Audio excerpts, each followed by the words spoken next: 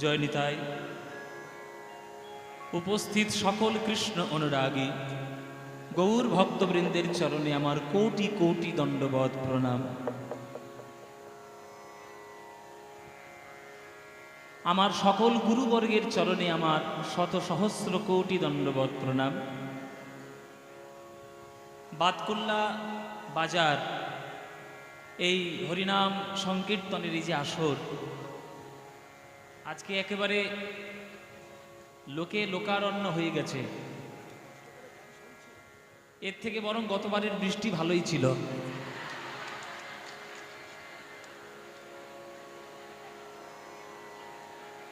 ঝাড়ভাতিটা ঢন ঢন করছিল এরকম করে, আর এদিকে সব উঠে পালাচ্ছিল, বোধহয় ভালোই ছিল। হ্যাঁ, এবছরে এত লোক হয়েছে, নিজেই গরম এখানে থাকতে পারছি না। আমি নিজে আসরে আসবো, আমার আসরে আসতে 10 মিনিট টাইম লেগেছে, ওইখান থেকে এইটুকু। আসলে আপনারা কীর্তনকে এত ভালোবাসেন যে আপনারা দূর দূর থেকে কীর্তন শোনার জন্য ছুটে আসেন। আপনাদের এই যে কঠিন গরমের মধ্যেও এই যে এত কষ্ট করে কীর্তন শুনছেন, মনটা যদি শুদ্ধভাবে এই কষ্ট করে যদি আপনি লাগিয়ে রাখতে পারেন গৌরের চরণে, আমার দৃঢ় বিশ্বাস, আমার এটুকু বিশ্বাস আপনাদের প্রতি আছে যে মহাপ্রভুর করুণা আবার নতুনভাবে নতুন করে এই নদিয়া জেলা থেকে আবার বিশ্ব ব্রহ্মাণ্ডে ছড়িয়ে পড়বে। এটাই আমার গৌরীর কাছে প্রার্থনা।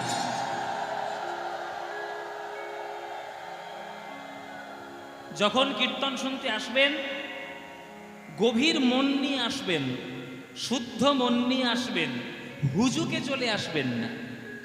হুজুকে চলে এলে ভিড় বেশি হবে, আর ভক্তি নিয়ে এলে দেখবেন ভক্ত কম হবে।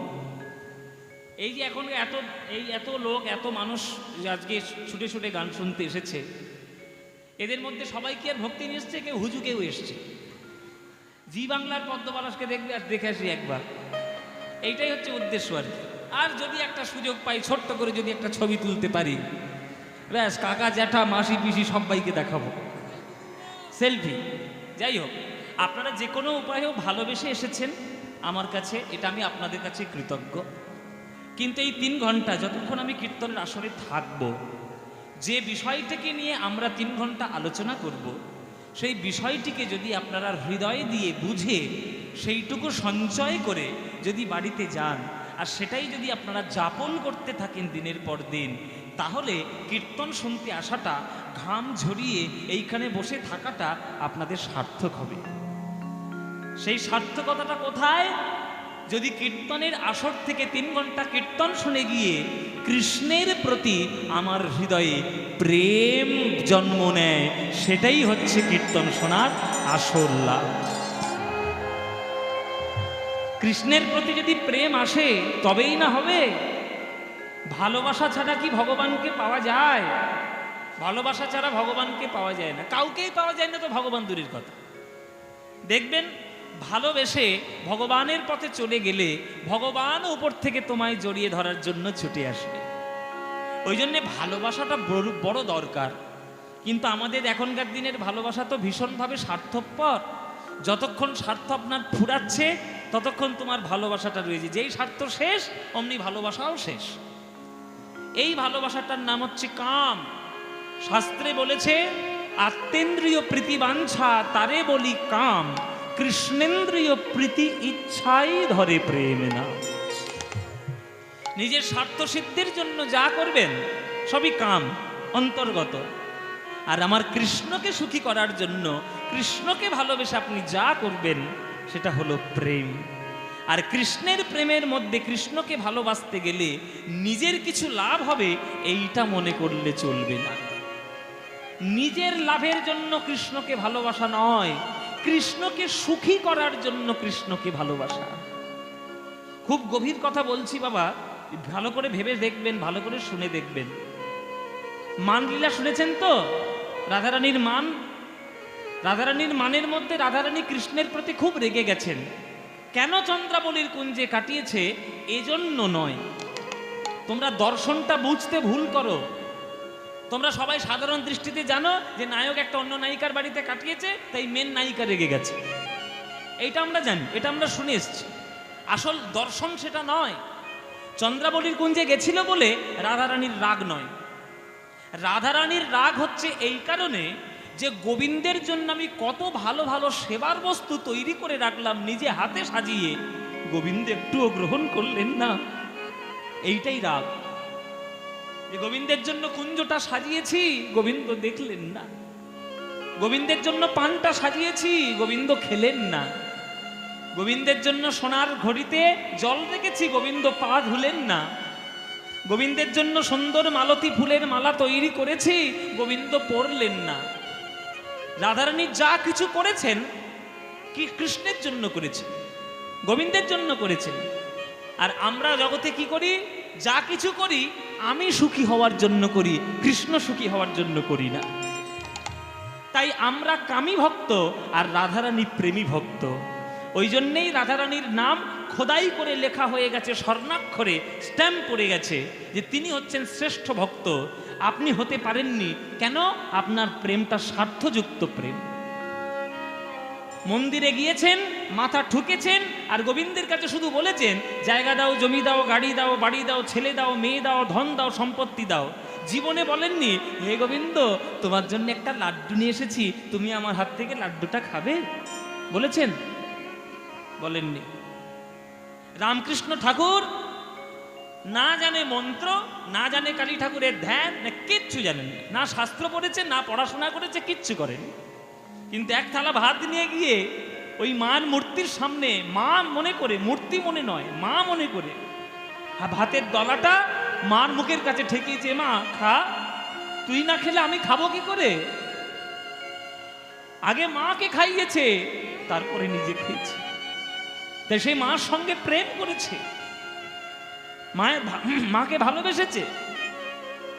তোমরা তো কালী ঠাকুরের মন্দিরে গেলে শুধু ছেলের জন্য একটা চাকরি চাও আর মেয়ের জন্য একটা ভালো জামাই চাও।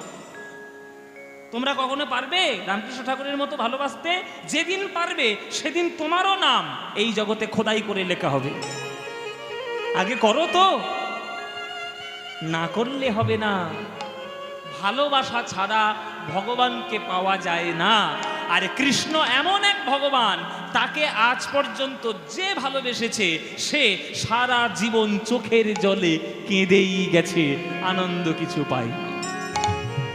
সেই মানসিকতা তোমাদের যদি থাকে যে কৃষ্ণকে ভালোবেসে আমি সারা জীবন কাঁদতে রাজি আছি, তাহলেই কৃষ্ণকে ভালোবাসো, নইলে ওই নাটক করে কৃষ্ণকে ভালোবাসতে হবে না তোমার। বেশিরভাগ আমরা নাটক করে কৃষ্ণ ভালোবাসি, কৃষ্ণ ভালোবাসি, ধুর কিচ্ছু ভালোবাসে না, শুধু নিজেকেই ভালোবাসি। কৃষ্ণকে ভালোবাসতে গেলে সারা জীবন কাঁদতে হবে চোখের জলে, সারা জীবন চোখের জলে কাঁদতে হবে। যদি কাঁদার মতো মানসিক প্রস্তুতি থাকে তাহলে ভালোবাসুন।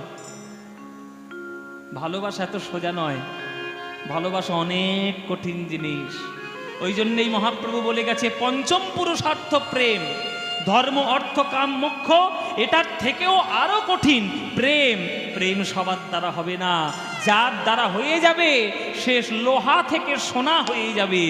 যে একবার পেয়ে যাবে সে ওই পাথর থেকে হিরে হয়ে যাবে। যে একবার পেয়ে যাবে জলের বিন্দু থেকে গঙ্গা নদী হয়ে যাবে। তবেই সে প্রেম পাবে, তবেই সে প্রেমী ভক্ত হবে। সখী ভাবনা কাহারে বলে, রবীন্দ্রনাথ ঠাকুর বলে গেছেন ভালোবাসা কি। যদি বলেন তাহলে দু লাইন শোনাই, নইলে গিয়ে লাভ কি? গাইব নাকি? দু লাইন গাই, হ্যাঁ, বেশি গাইব না। হ্যাঁ, পুরোটা গাইব? দেখো বাঙালিরা খেতে পেলেই শুতে চায়। দু লাইন গাইছি বলে পুরোটা গাও। এই কিছুদিন আগে রবীন্দ্রনাথ ঠাকুরের জন্মদিন গেল। রবীন্দ্রনাথ ঠাকুরের শুধু গান নিয়েই লোকে পড়েছে, গানের দর্শন নিয়ে কেউ পড়েনি। রবীন্দ্রনাথের গানের দর্শন বুঝতে গেলে গুরুচরণে বসে একটু দীক্ষা নিতে হয়, ভাবতে হয়, 50 বার গানটা পড়তে হয়, গানটা 500 বার পড়ে ভাবটা উপলব্ধি করতে হয়। ভাবকে উপলব্ধি করে না, শুধু সুর তাল নিয়েই পাগল হয়ে আছে। ভাবটা দেখুন, দর্শনটা, ভেতরের দর্শনটা চিন্তা করুন। সখী ভাবনা কাহারে বলে, সখী যাতনা কাহারে বলে, সখী ভাবনা কাহারে বলে, সখী যাতনা কাহারে বলে।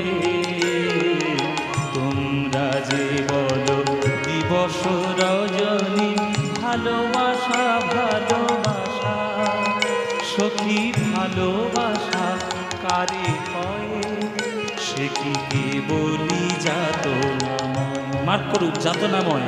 সে কি কেবলি চোখের জল, চোখের জল। সে কি কেবলি দুঃখের শ্বাস, দুঃখের শ্বাস। লোকে তবে করে কি সুখের তরে এমন দুঃখের আশ। হাইলাইট করেছে। গান তো সবাই গেয়ে যাচ্ছে, আহ কি ভালো গানটা গাইলে গো। গানের মানে জিজ্ঞেস করো, জীবনে পারবে না। এত সোজা গানের দর্শন উপলব্ধি করা। মার্ক করছি, দেখুন ভালো করে শুনুন। সখী ভাবনা কাহারে বলে, সখী যাতনা কাহারে বলে, সব কটাই কোশ্চেন মার্ক, সব কটাই কোশ্চেন মার্ক। দেখুন, যাতনা কাহারে বলে, কাকে বলছে, সব কটা কোশ্চেন মার্ক। এইবার সলিউশনে আসছে। তোমরা যে বলো দিবস রজনী ভালোবাসা ভালোবাসা, তো ভালোবাসা কারে কয়? সে কি কেবলই যাতনাময়। হাইলাইট, যাতনাময়। কৃষ্ণকে যে ভালোবেসেছে সারা জীবন জ্বলেছে, আর শুদ্ধ ভালোবাসা যে করেছে সারা জীবন চোখের জলে কাঁদতে হয়েছে।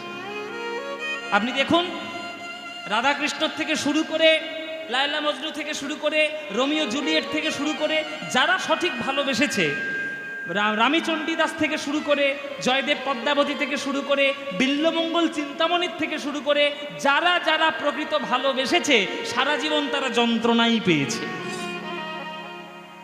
ভালোবেসে রাজার হালে সুখী আছে খুব কম। সে কি কেবলই যাতনাময়, সে কি কেবলই চোখের জল, চোখের জল, সারা জীবন চোখের জলে কাঁদতে হবে।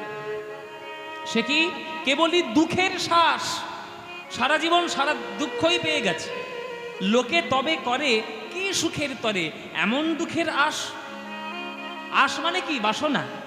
সারা জীবন কষ্ট পাচ্ছে তবুও তাকে ভালোবাসছে, একমাত্র তার জন্য চিন্তা ভাবনার কোনো বিরাম নাই। এটাই হচ্ছে প্রকৃত শুদ্ধ ভালোবাসা। এর থেকে বড় ভালোবাসা হতেই পারে না। কৃষ্ণ মথুরায় চলে গেছে রাধারানীকে ছেড়ে, একদিন দুদিন নয়, 100 বছর টানা কেঁদেছে রাধারানী। কিন্তু এই 100 বছরে কৃষ্ণ চলে গেছে বলে রাধারানী কি অন্য নায়কের সঙ্গে ঘুরেছে? প্রতি পলে পলে, প্রতি সেকেন্ডে সেকেন্ডে রাধারানী কার কথা চিন্তা করেছে? সারা জীবন কৃষ্ণের কথা চিন্তা করেছে। পারবে ওই ভালোবাসা বাঁচতে? পারবে না। তাই তোমাদের নাম লেখা হবে না, রাধারানীর নাম লেখা হয়ে গেছে। এত কষ্ট পাচ্ছে তবুও দুঃখের আশ, ওই দুঃখের আশটা তবু সে করছে, তবু সে ভালোবাসবে। আমার চোখে তো সকলই শোভন, সকলই নবীন, সকলই বিমল। আমার চোখে তো সকলই শোভন, সকলই নবীন, সকলই বিমল। সুনীল আকাশ, শ্যামল কানন, বিশদ জোছনা, কুসুম কোমল। সকলই আমারই মতো, তারা কেবলই হাসে, কেবলই গায়। হাসিয়া খেলিয়া মরিতে চায়, না জানে বেদন, না জানে রোদন, না জানে সাধের যাতনা যত।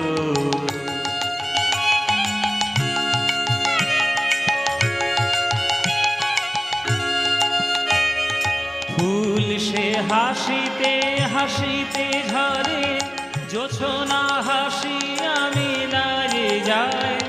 হাসিতে হাসিতে আলোক সাগরে, আকাশেরও তারাতে আগে খায়। আমার মতন সুখী কে আছে? আয় সখী আয় আমার কাছে। সুখের হৃদয়ের সুখের গান, শুনিয়া তোদের জুড়াবে প্রাণ।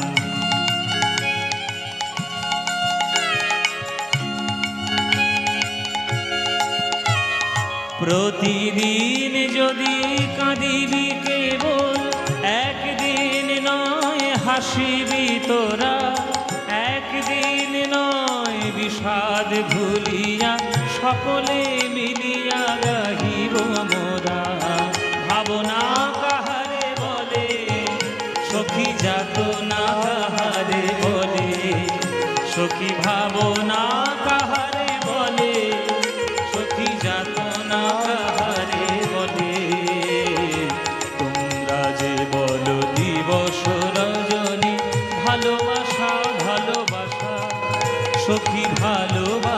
কারে হয়, সে কি কেবলি যাতনা মন, সে কি কেবলি যাতনা মন, সে কি কেবলি যাতনা মন। রবি ঠাকুরের গান। এসব দর্শন বুঝতে গেলে শিক্ষিত হতে হয় একটু। সংকীর্ণ মানসিকতা দিয়ে রবীন্দ্রনাথ ঠাকুরকে বোঝা যায় না। সংকীর্ণ মানসিকতা দিয়ে তার প্রেমকে উপলব্ধি করতে পারবেন না। রবীন্দ্রনাথ ঠাকুর হচ্ছে সূর্যের কিরণের মতো, সারা বিশ্বব্যাপী ছড়িয়ে আছে। তাকে গীতবিতান, স্বরবিতান আর তালবাদ্যের মধ্যে, শুধু যন্ত্রের মধ্যে বন্দি করে রাখলে চলে না। তাকে উদারভাবে দেখতে হয়। তাকে উদারভাবে দেখলে যে যেভাবে দেখবে সে সেভাবে দর্শন পাবে। সেই প্রেম আমাদেরকে দিয়েছেন এই নদিয়ার ছেলে, তার নাম গৌর হরি, তার নাম সোনার গৌরাঙ্গ, তার নাম নদের নিমাই। আপনারা সেই নদিয়া জেলার মানুষ, নদিয়া জেলার মানুষ হয়েছেন, অথচ গৌরাঙ্গকে ভালোবাসবেন না। এমন যদি হয়, এমন যদি মানসিকতা আসে, তাহলে নদিয়া জেলায় কেন, বাঙালি হয়েই জন্ম আপনার বৃথা হয়ে গেছে।